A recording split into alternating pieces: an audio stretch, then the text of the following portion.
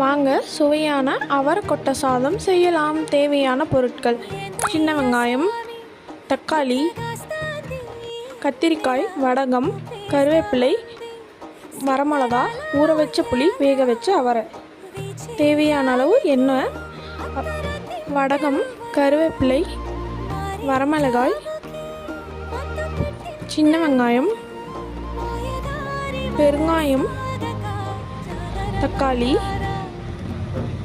சேர்த்துட்டு கத்திரிக்காய் சேர்த்து அவரைக்கொட்டை தேவையான அளவு புளி ஊற்றிக்கலாம்.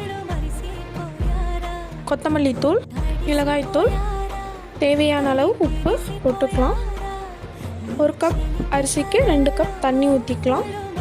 ஊற்றிட்டு கொதி வந்த வாட்டி அரிசி சேர்த்து குக்கர் மூடி 2 விசில் விட்டு எடுத்தால் சுவையான அவரை சாதம் ரெடி.